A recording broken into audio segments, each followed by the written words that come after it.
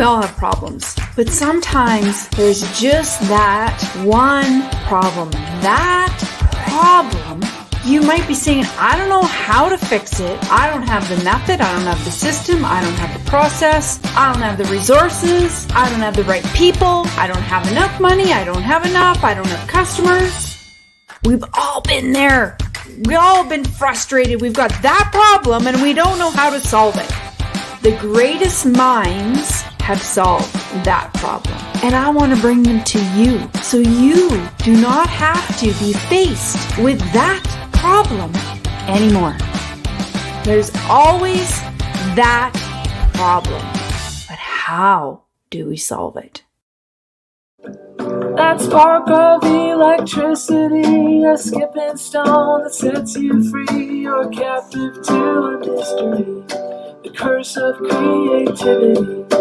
First of all, I was doing funny stuff even when I was like in high school and college. One thing I always did when I flew on airplanes was I would take the air sickness bag out of the seat in front of me for motion sickness, and I would tear the bottom out of the bag, and then I would fold it up and put it back in the seat.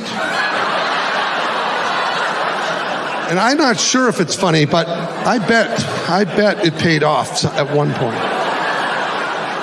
Kind of a public safety announcement. I know you'll check it now every time.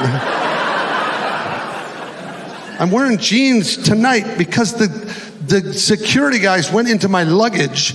You know, the ones that leave the piece of paper that says, I've been looking in your luggage, that dude, whatever that person is, zipped my dress pants back into the zipper and left a jaggedy thing on my dress pants. So, yeah, I know, it's not.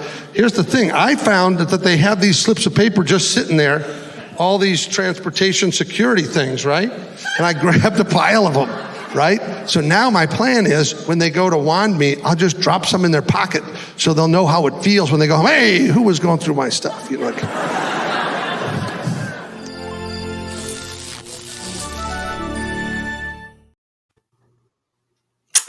Welcome to the show, Pat.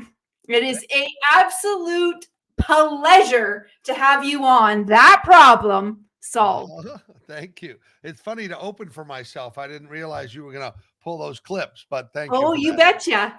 You betcha. We all got to know what makes Pat Hazell the problem solver.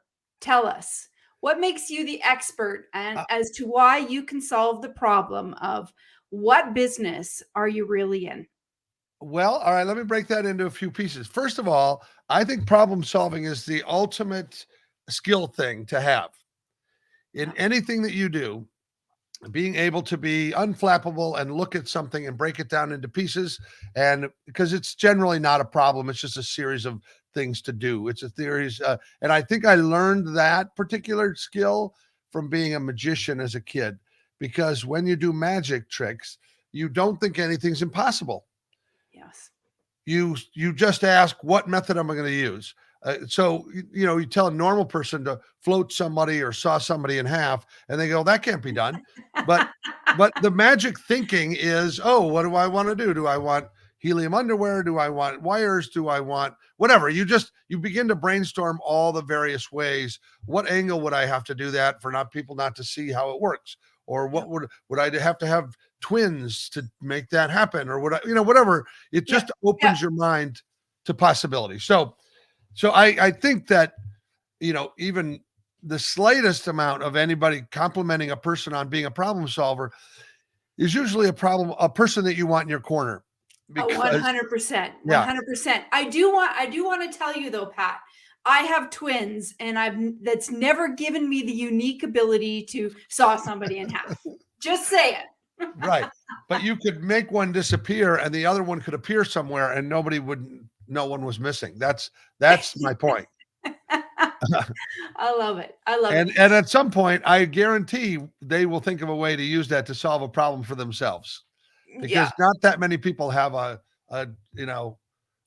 cohort that can do, show up at class when they can't make it or something.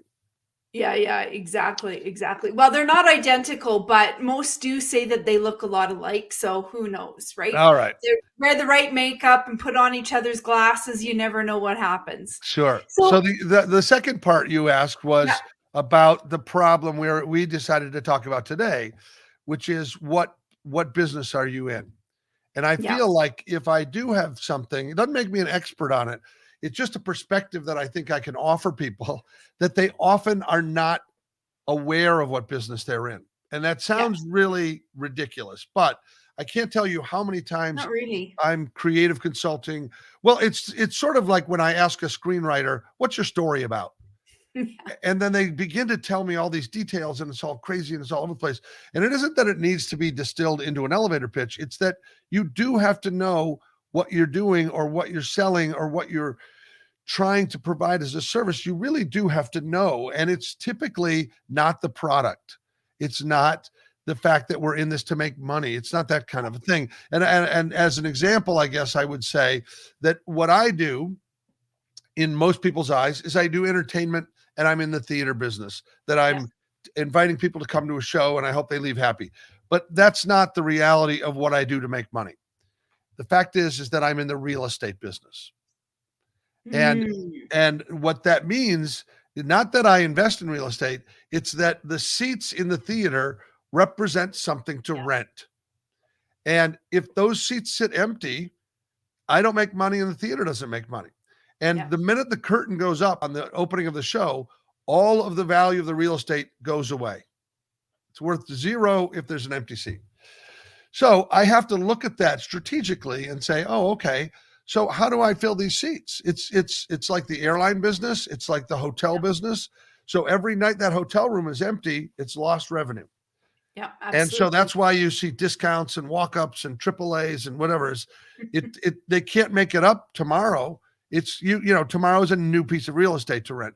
So, I know that sounds kind of clinical, but the fact is when I became aware of that, I then started to provide the theaters better marketing materials, a better description of the show, a radio ad that had the info so that they weren't trying to sell the ticket, because I knew a little bit more about what it was that I was trying to introduce people to.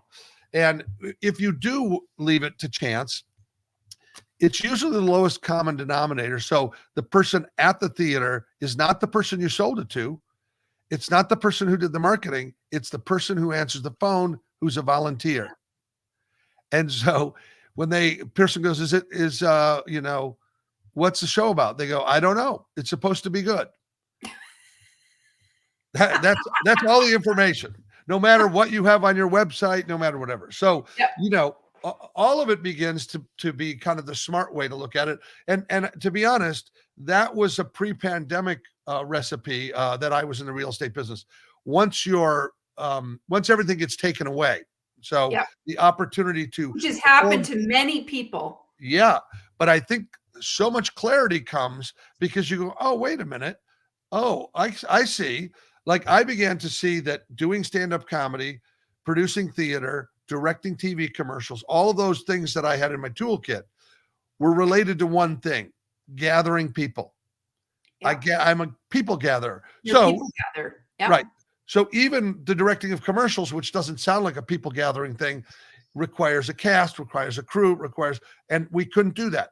So all of it gets stripped away, and then you're sort of forced to look in the mirror and say, what do I do? Oh, what is my purpose? What do I want to do? Right. Yeah. And this podcast that I have that I know you're aware of, Creativity and Captivity, made me realize that, I'm really in the creativity business, right?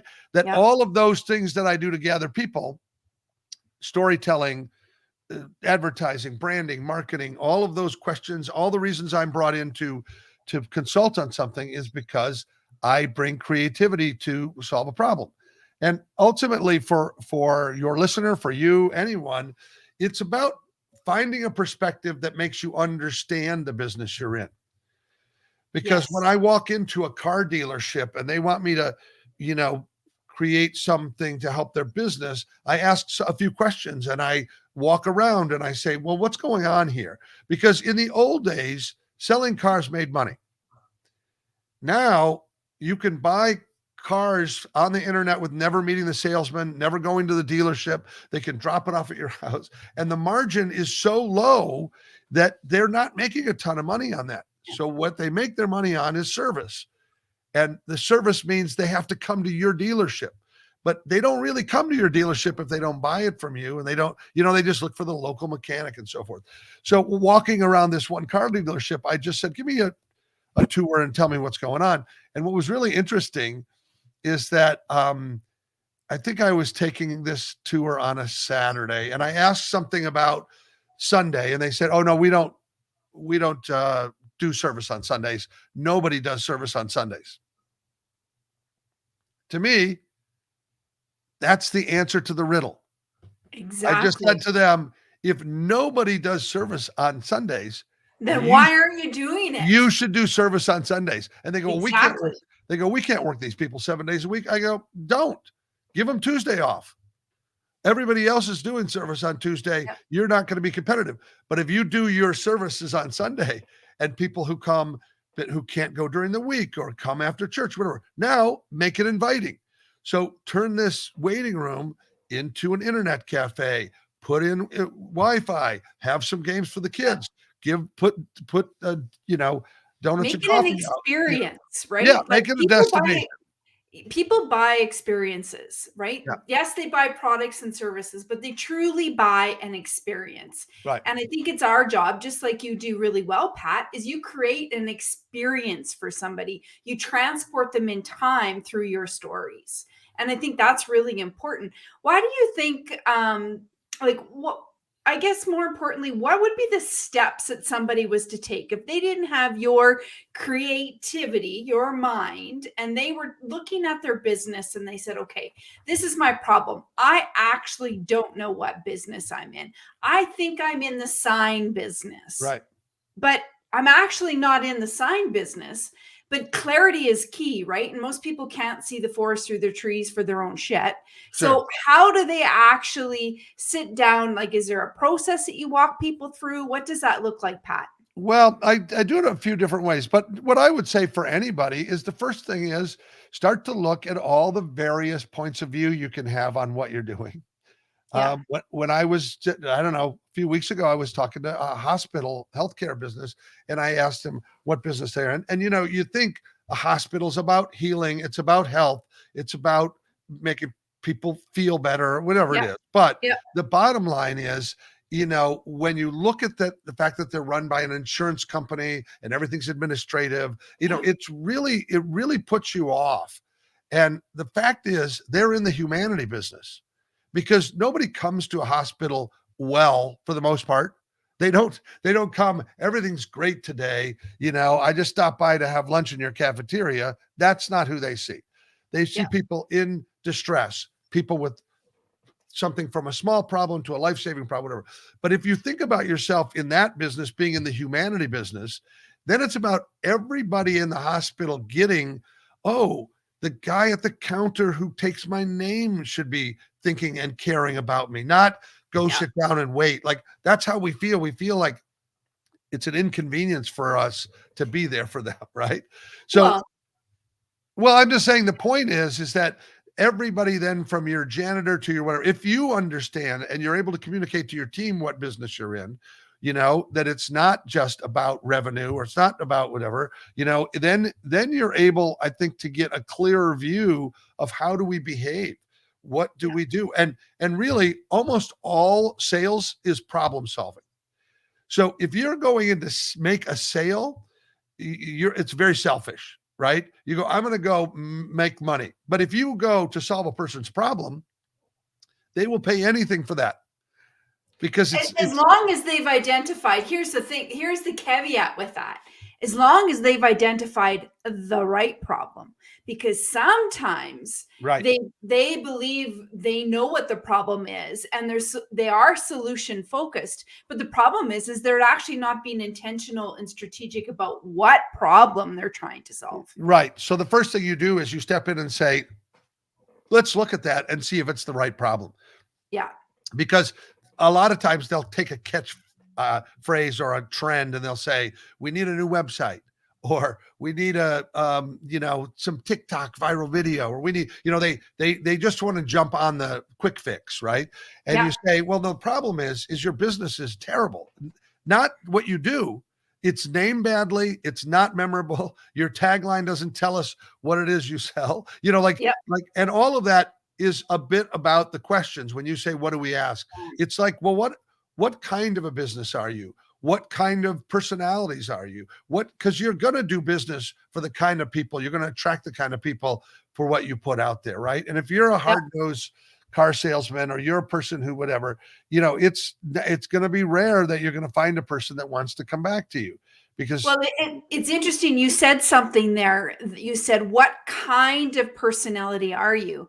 And I think that we have to think about things slightly in that perspective of what kind of personality is the leadership of the company, of the organization. What kind of personality style are you specifically as a member, a stakeholder of that organization?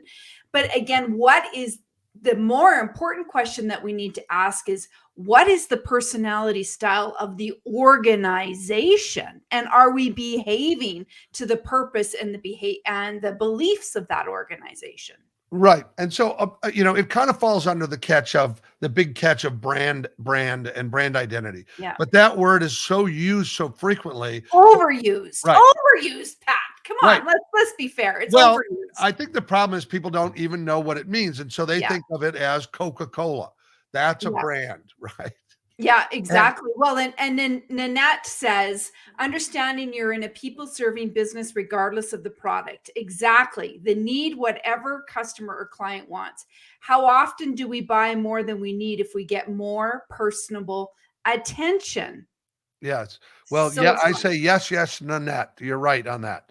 Yes. So, because really all of it is about people. All of it is the people business. So, building bridges versus walls and doing all of those kinds of things are kind of quick catchphrases, but ultimately, people do want to be heard. They want to be seen. They want to be cared about.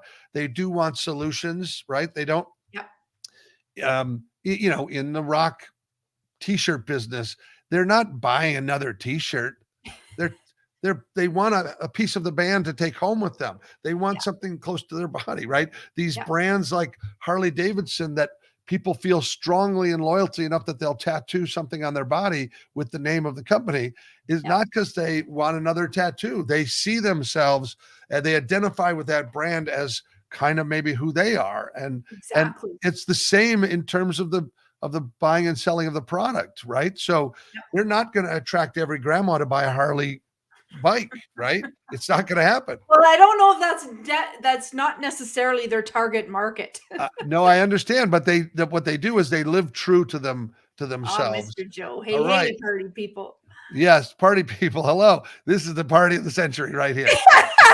People always flock to the cafeteria where the problem solvers are sitting. Exactly. And Joe, well, he's always got a flock of ducks following him as well. So, Well, there's an interesting thing. David Mamet, a great playwright, and I read a book of his at one point, and he talked about writing story, and he said, in the end, you've got to throw out all the good parts and see if the story still stands, right? So it's not the window dressing, it's not the candy, it's not the jokes, is the structure, is the armature of the story going to hold up in its simplest form? And that's the same thing you have to say to yourself is, who am I? What's my story? What's my why? Why do I do this? Right? Yes, people do things for money, but in the end, it's not satisfying and it's not rewarding in that ultimately you can do that. And that's typically something that is done, I guess, in a calculated way, but it isn't a sustainable thing, right? It's not the same as knowing exactly the why for yourself, and also why should the person come. When I go to sell them a ticket, yes, I want them to take that seat up for those 2 hours, and yes, I want the revenue, but in the end, I want them for a longer life customer.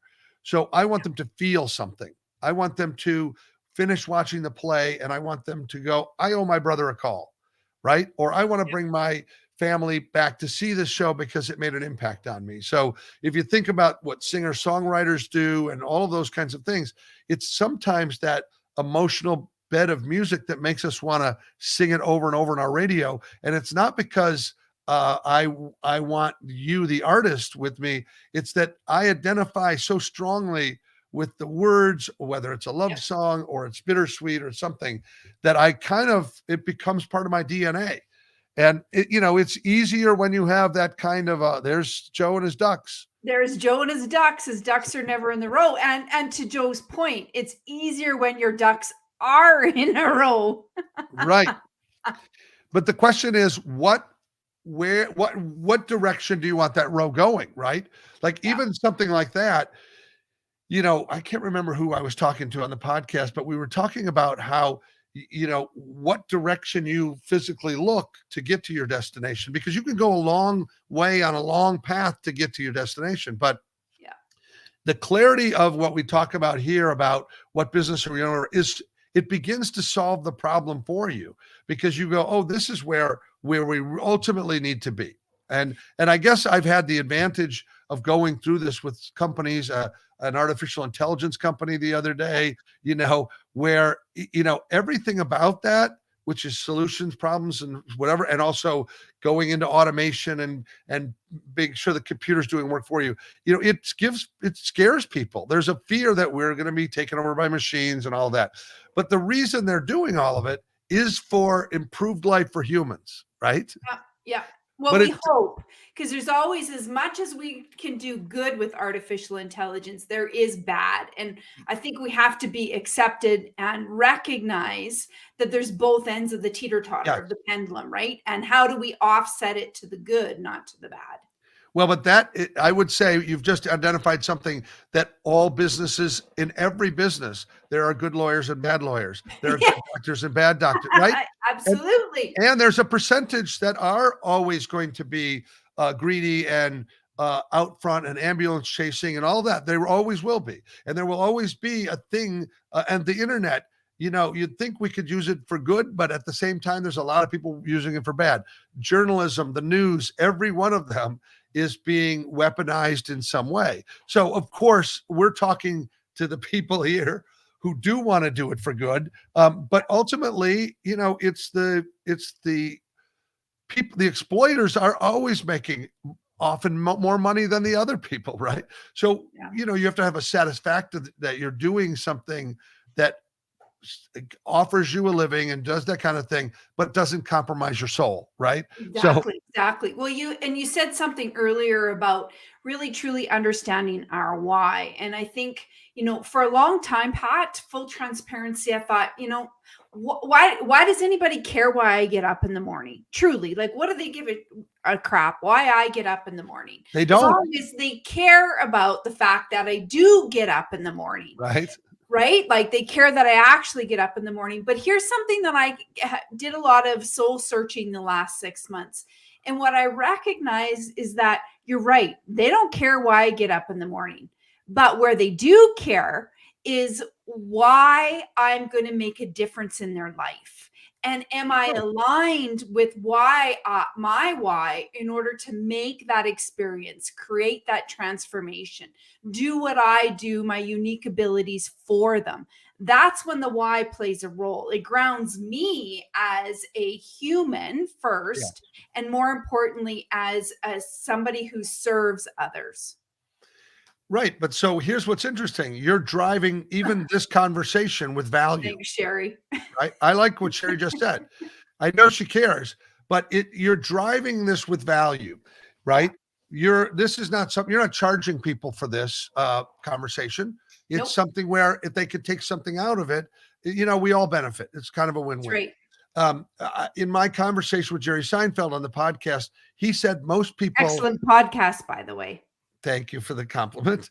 But he said nobody cares if he gets up. Nobody cares if he goes to work. Nobody cares. They really nobody, because when we're talking to entrepreneurs here and self-driven people, but you have to learn to be your own boss and your own employee. And the employee does want to lay down and take a nap. Your employee does want to snack all day, So there has to be a part of your brain that says, no, this is critical to what we're doing. And I think the thing is, once you get some clarity about the why and the problem and the purpose, it's not, this isn't a spiritual thing for it. It's the idea that you are interested in getting up more often and earlier and staying up later and losing sleep over your idea, because seeing things that you're passionate about come to life is all the reason we're here, right? The journey here is not, can we live till the end of our life and die? It's how can we enjoy each step of it? And I think that's, Absolutely. It's thank you, exactly why you and I Sherry, got for up the this compliment. morning, had a cup of coffee, and said, this is why we're going to do the interview, because we have great comments like Sherry, who says this is the best interview ever. Well, We're Sherry, not your going to pay compliment is two cents. appreciated. I will say Much this. This is appreciated. inside info for Sherry, and the rest of you can listen. But if you And we live, didn't pay her to say that either, did we, Pat? what? We didn't pay her to say No, that. no, no. I don't know her at all, to be honest. But I do like an attitude that I will share. The perspective is live each day and each hour in anticipation of something good happening, right? You Yeah. assume positive intent, right? So if you then keep your eyes open, opportunities present themselves, whether that's Mhm. a state of generosity or Oh, whether, yes. what? Yes, yes. I'm like, yes, keep preaching, Pat. Keep Yeah, preaching. I'm not preaching. I'm It's just saying, true. It's true. I'm just, I read a lot of different things and little ideas come from something. And I can't remember the name of the guy in the military. He said, get up and make your bed, because then you've done something, right? So then what I find about making my bed is important is that I don't want to get back in it, but I would love to stay there. And sometimes I'll get up I and love I'll that. just pull the covers up and I'll write. And I think, okay, well, if I write enough, I can push the computer, I can roll over and go back to sleep for an hour, and then it's like a treat. But I'm better on my feet. I'm better at my desk. I'm better at whatever. So, but they're the smallest, simplest things that can drive you into going, oh, I'm excited. I'd like to get up and meet that person for coffee, or I'd like to have that phone call, or I'd like to read that book. I think, to me, the poison, the toxin uh, of an Instagram or something, what it isn't that it exists, and it isn't that people aren't using it for whatever. It's when I get caught in the trap of going, oh shit, 40 minutes just got stolen from me because I'm scrolling through people dancing, right? Like I go, wait a minute, what just happened? I got robbed. I just got robbed. And I'm the head of the bandits, right? I let it happen. I'm the one that's sticking the gun up to me and going, this is more valuable than, going and doing the exercise or whatever. Well, and you said something. So in our book, I wrote a book with the legend Jim Cathcart, and we called Intelligent Curiosity. And in that book, we talk about looking beyond the obvious, right? Looking not what's in front of you, because most people see things through, most, not all, but most, but very few actually see through things. And that's exactly what you're talking about, Pat. It's your unique ability, the practice of intentionally looking beyond the obvious. That's where opportunity, that's where possibility, that's where greatness can happen. Yeah, I think there's so many places where if you open up your perspective. Now, again, I'll just quote Jerry because I think it applies here.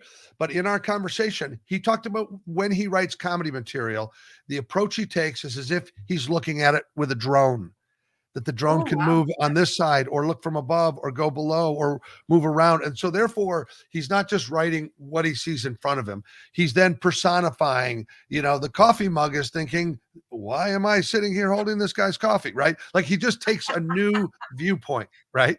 And I Yeah. think that applies to if you're buying a piece of property.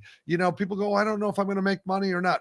People who are savvy at real estate will look at something and go, oh, this property can be split in two. Oh, I can put a duplex here.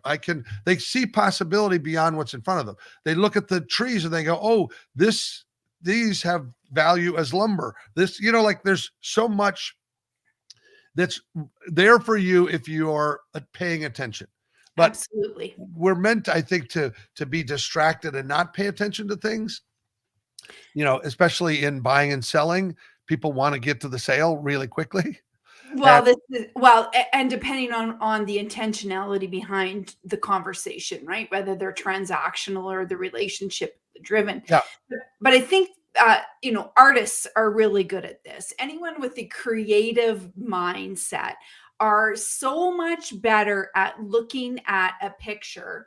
And rather than just looking at the picture, they actually notice the frames of the picture, and they look at the entire picture and what's beyond the picture when somebody else is looking at that picture, and what is their reaction to that picture. And I think that's really important, that we're really, when we're trying to figure out what business we're in, that we're not just looking at the business, we're looking beyond the business. Yeah, I also think it's important for yourself. Some people say, well, don't talk negatively about yourself and all that. And I absolutely agree with it.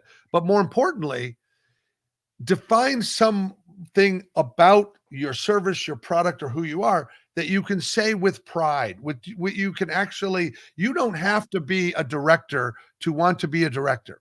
And so instead of saying, I haven't done anything yet, or I'm not whatever, you can have a story in development, right? You can have language that projects the positive nature of your intent.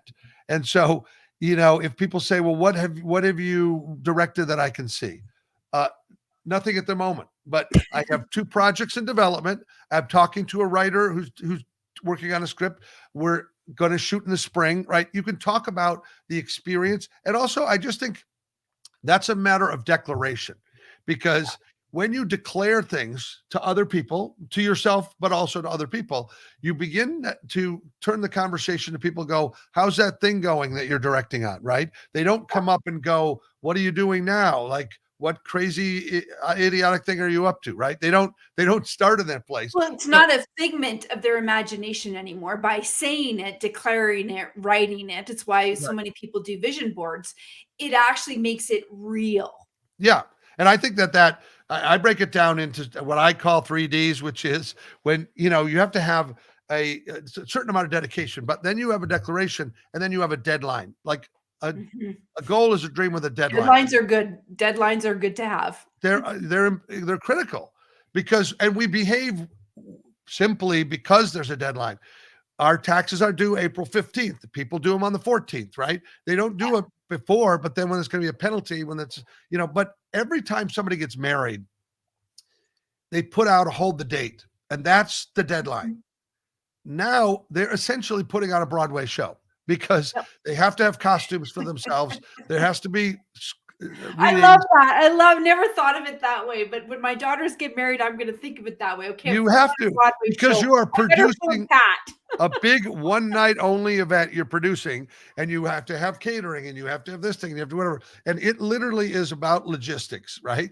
Yeah. And everything you do between the time you tell people to hold the date and you do it becomes about, oh, we need this, we need music, we need to whatever. Now, most people aren't used to doing that, but they're volunteering. As we said, they're making a declaration. I'm going to put on a big ass production, and I want you all to be at it, right? Tickets are free.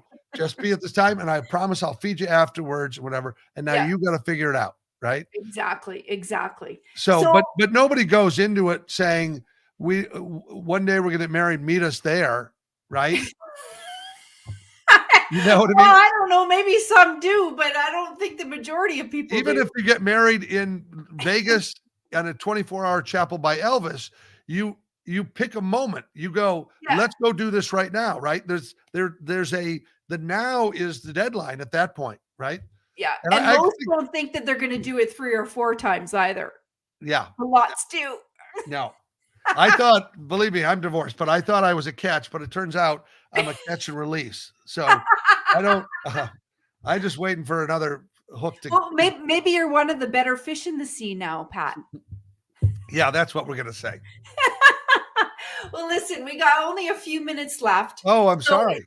No, this has been amazing. I don't want to take up more than your time than you've been so generously gifting us. So that problem, what business are you in? We've solved that problem. Is there one final piece of advice, Pat, that you'd like to give our viewers now and those folks that are going to be replaying this? I guess I would just restate that the now is the time to make the commitment, right? So directionally, you can walk left, you can walk back, you can whatever. So what is it that you want to do? and this is like pandemic advice. I give it to everybody, which is, I love it. well, there was a time one day I think that's the worst thing. Today's the day you're gonna, right? Yeah. Not the one day you're gonna. Not tomorrow, not yesterday, right. not next week. And you can take a small step. You don't have to see Cincinnati from your house to get to Cincinnati, right? You have to drive a mile at a time. And I can't remember who said this. I want to say E.B. White, but the idea that you can make that destination as long as you could see as far as your headlights, right? You can do it in the dark. You get to as far as you can see. And I find that by doing that and declaring that and letting people know what you're up to, you'd be surprised how much easier it gets when other people are helping. Like, oh, you need this? Oh, I know a friend who does that. Oh, and then they'll perpetuate it. There's a lot of this. I'm finding this again with the podcast. The thing I enjoyed most was having creative conversations with my friends that worked in a variety of different industries, and we weren't working together during that time. And I thought, oh, why shouldn't we still be having this conversation? We don't have venues, but we do have a voice. Yep. And then instead of us privately having that conversation, what if we share that conversation with other people to sit at the table? What if we invited Sherry to be here with us having coffee, and then it benefits her in some way, right? Absolutely. So every one of these episodes, and surprisingly, many of these people I'm meeting for the first time on the podcast, but I get really excited about that seed of curiosity, and it's not exclusive to me. So, my closing challenge to people is, what is it you're interested in? Who can you learn from? And how do you pursue that dialogue in some way? Wow. And it's it's unbelievable. It's as easy an invitation, right? You don't have to get on a plane now. Nobody's intimidated by Zoom. You can, politely ask for 15 or 20 minutes of a person's time. But, I think don't ask them to give you a check for $1 million, right? That, don't squander the opportunity by being greedy, right? So exactly. And don't be transactional in nature. Be relationship driven, right? I have found some of the best help by not asking, meaning that just by giving and having a giving mindset and trying to solve problems, trying to clarify what is the problem, and then solving it for people has given me more in return than ever having to do the ask. So I think that's important too. You have to remember that when you're transactional nature, what you give is what you get. Yeah. I mean, I discovered in my own writing, I'm a comedy writer. Yep. And my company, which is Sweetwood Creative, our tagline is your humor resources department, right? So we're saying to people, if you want a funny message, if you want to make your advertising have some impact with humor or whatever, we're just reminding them that we're not going to write Schindler's List or get a Pulitzer Prize. Like, that's not our area. So we're just sort of telling people that, right? Exactly. But in the end, I also realized that in humor, there are a few other elements. And it was during the pandemic, and it was in Facebook posts, that I realized people responded to heart and they responded to humanity, right? So humor, heart, and humanity now is a bit more of a balance, so that I realized this isn't just a random joke about croutons, right? It's hopefully it's something that people can, I guess, see themselves in a little bit. I'm just writing that down. Humor, heart, and humanity. I love that. I don't find any other reason to be involved in something. And also, we had always looked at making a deal. If we made a deal with a theater or with a company, we always asked ourselves, just because we're in the humor business, is it funny? Is it fun? And is it favorable, right? For us, if it's not favorable, if that means that we can't come to agreements on the terms, or they're abusing us in what they're asking for, we just say no, thank you. And it's so much easier than every day going, oh, we need the money, let's do it for the money. It's like, no, because it's not favorable.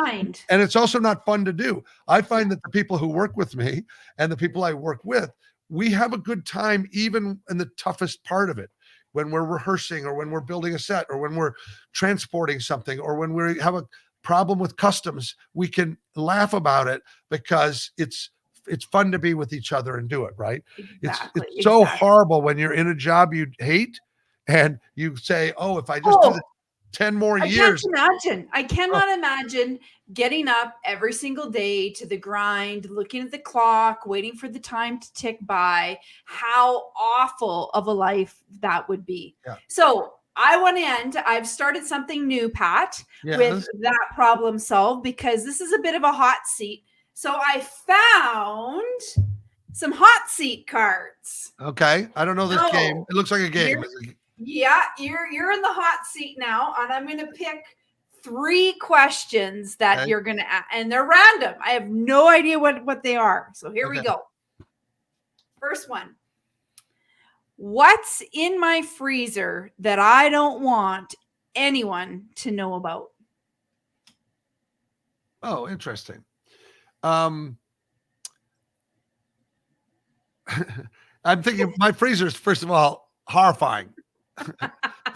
You know, I don't mind if people. Is that not organized, Pat? It's not organized, but also in the back, I'm sure there are things not just out of date, but that, you know, the Smithsonian would take, right? Like bags of vegetables and stuff. No, I don't know why. Archived?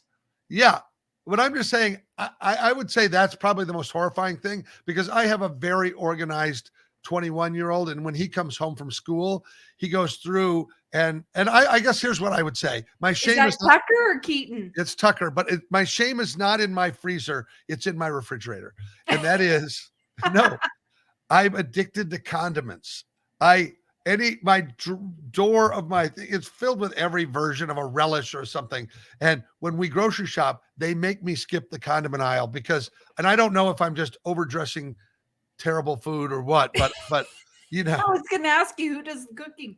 I do the cooking, but I also do the disguising by putting mayonnaise. Lots of condiments. Very good. And we'll try anything. They have a thing called mayo chup, which is a mix between mayo and ketchup. Like we just go, oh, this is new fangled. Let's try that. So yeah, that's a problem that you can solve, you know. I don't think just so. Say. No, I would need an intervention. I need a condiment. You need an intervention? I do. I have a very bad condiment. I'll have to tell Tucker and Keaton that their dad needs an intervention on his. Tucker knows it, right? All right. Question number 2, hot seat.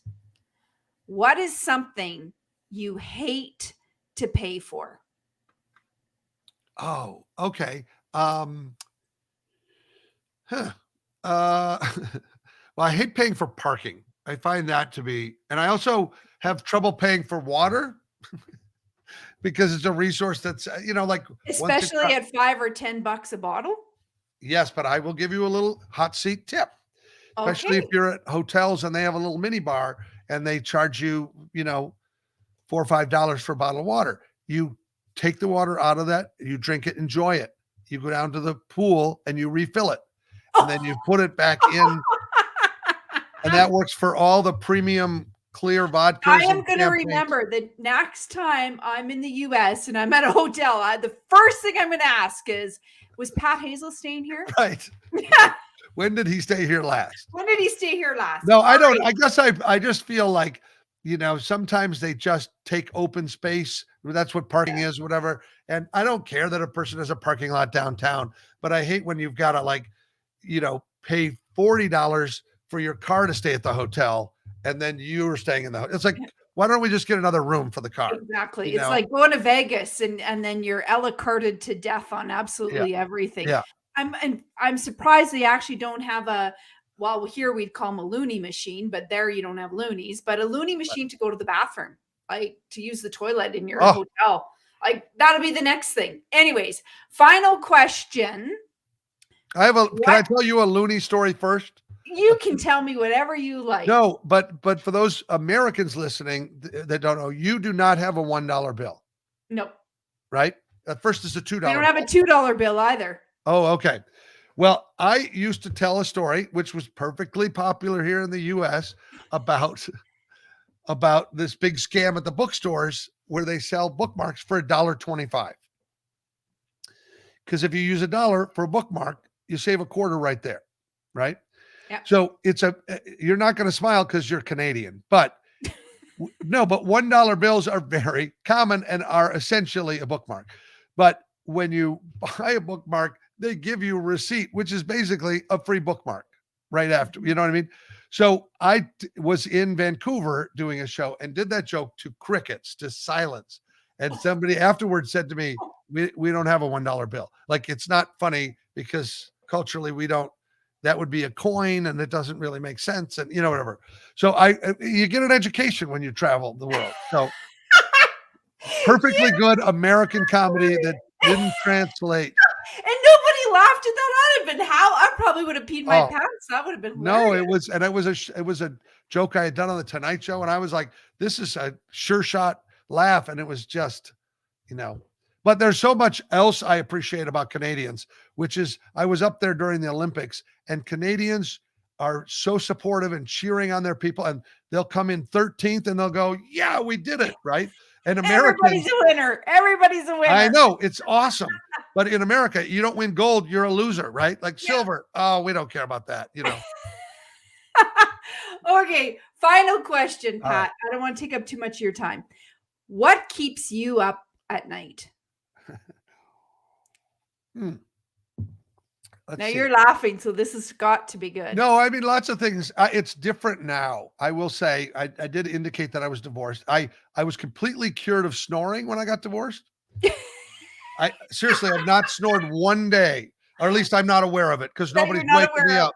Nobody's waking me up to tell me, you're snoring, right? So I sleep better by not being reminded that I was a person who snored. So is that what I got to do to cure my husband? Is divorce him so he doesn't snore anymore? We'll put him in the other room, and then they'll both be fine. Many things keep me up at night, but I do think that when I'm actively on a project where I'm excited about it, when in anticipation of an opening of a play or that sort of thing, it's kind of like Christmas morning. Like tomorrow something exciting is going to happen, and it does get me kind of like geared up. Like I start to think about it and get it all that, but for the most part, I sleep really well. It's kind of like me this morning. I was so excited because Pat Hazell was coming on That Problem Solved that I was up at 3 this morning. Oh my goodness. Couldn't sleep. Yeah. No, I do get up in the morning I get pretty excited because there's always something. And when I started being able, I call this podcast Playdates with Grownups, right? Because I get to pick who I want to talk to. And sometimes it's a filmmaker, and sometimes it's a aerial choreographer or something, all these interesting people. And so while there was nothing going on for 18 months, instead of languishing, instead of sitting there dormant and not doing anything, I would set something ahead of me. So this is a little trick for everybody.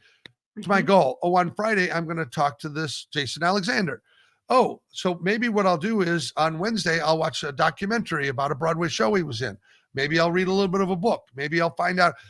So suddenly my week is full in preparation for this kind of fun thing I'm get to do, right? Yep. And it's all there because I was proactive about finding something intentional that I wanted to do. And I think that's kind of what people do when they make a meal. They go, hey, I'm going to do this. And then the making of it is fun. The shopping for it is fun. All of those. Everything but the cleanup, Pat. Yeah, but I didn't. It's never fun. If you cook, you don't have to clean in our house. Oh. Yeah. I think people who eat in your house then. Yeah. I'm in the wrong house. Yeah. That's the way it works. The chefs don't have to clean up. Well, you know what? It has been an absolute pleasure and honor to have you on the show, Pat. You're welcome back anytime. I appreciate that. And thank you to your, you call them viewers, I guess, on this one. I guess, yeah. For their compliments.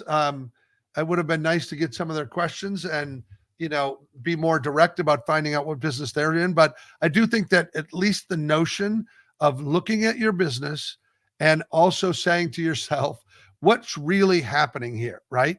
What is it we're doing? What is the experience? What am I getting out of it? What do I want more of? And that sort of thing. And it shouldn't be financial. It should be the why and the purpose and the center, and also just breaking it down. Don't be afraid to look at other businesses as the kind of business you might be, because maybe you're renting something, or maybe you're doing something that you don't realize. I think speakers' biggest mistake is they think they're in the talking business. I know. Thank you. They're not. They're not. They're in the listening event business. Yeah, but they're in the listening business, because when you get a client, I can tell you that was the best piece of advice a person gave me when I went in to pitch a show to NBC. It was a sitcom idea, and there was a former executive, and he said, when you go in there, listen to them, which is exactly what you think in a pitch. You think, oh, I'm in there to pitch, I should be talking. But when you listen, people tell you the problem they need solved. Mm-hmm. They say, we need a show in this demographic. We need this kind of thing. We don't want any more shows like Friends. So then, rather than wasting my breath pitching the show I thought I had, I structure it around the idea, this is the romantic comedy you're looking for. And they go, great, tell us more, right? It's in this demographic. It's for these kind of people. It's a young 20-something, this kind of show that takes place in this kind of a location, because they've got all the, urban comedies they want. So, you know what I mean? So it's kind of a thing where oftentimes people will tell you the missing part. And that's the key. Listen to what the problem is. Don't sell them the stuff you have in your satchel that you want to get rid of. That's a waste, right? Yeah. That's you trying to unload your leftovers, right? Well, and lots of times too, it can be ego-driven rather than purpose-driven. Right. But listening is like a critical part of speaking, of selling. It's a critical part to absolutely everything. It's not just about speaking and selling. It's about being a great parent, is, over communicating your listening skills. It's just about being a great human. When you're a great human and you really stay in the moment with somebody and you tentatively listen to what they're telling you, you uncover so much more than if you're just busy flapping your lips. Agreed. And the funny thing is, when I refer to selling, everything to me I'm not a sales guy, but everything is a sale. Selling. Yeah. Because if you're going to have a date with somebody, you're selling yourself, or you know what I mean? Like, there's still a part of it. You can't be afraid to, but I just think, don't sell anything you're not proud of. Even as a parent to a kid, if you say you have to finish school, why? What if I could do this? Maybe if I could be an entrepreneur and I do that kind of thing. If you can't see that perspective as a parent, it doesn't mean that they're wrong, right? Yeah. Just being the parent doesn't, unfortunately, it only gives you the trump card of you have a roof over your head and you get some meals and a little gas in the car, but it doesn't give you much else.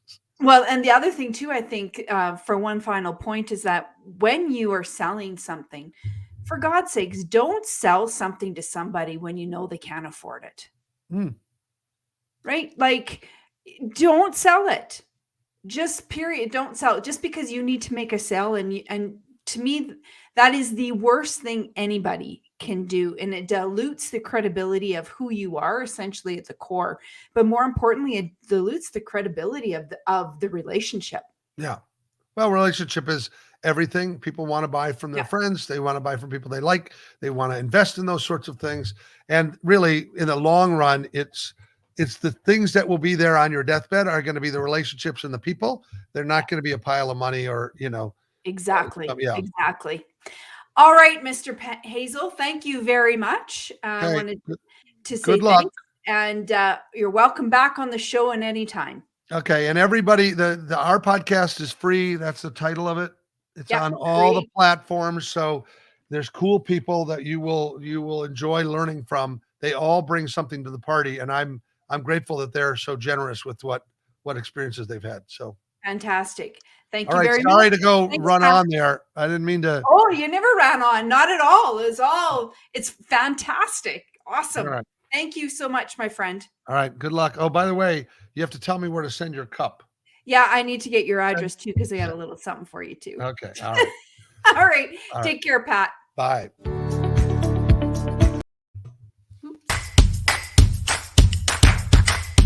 Thanks for tuning in.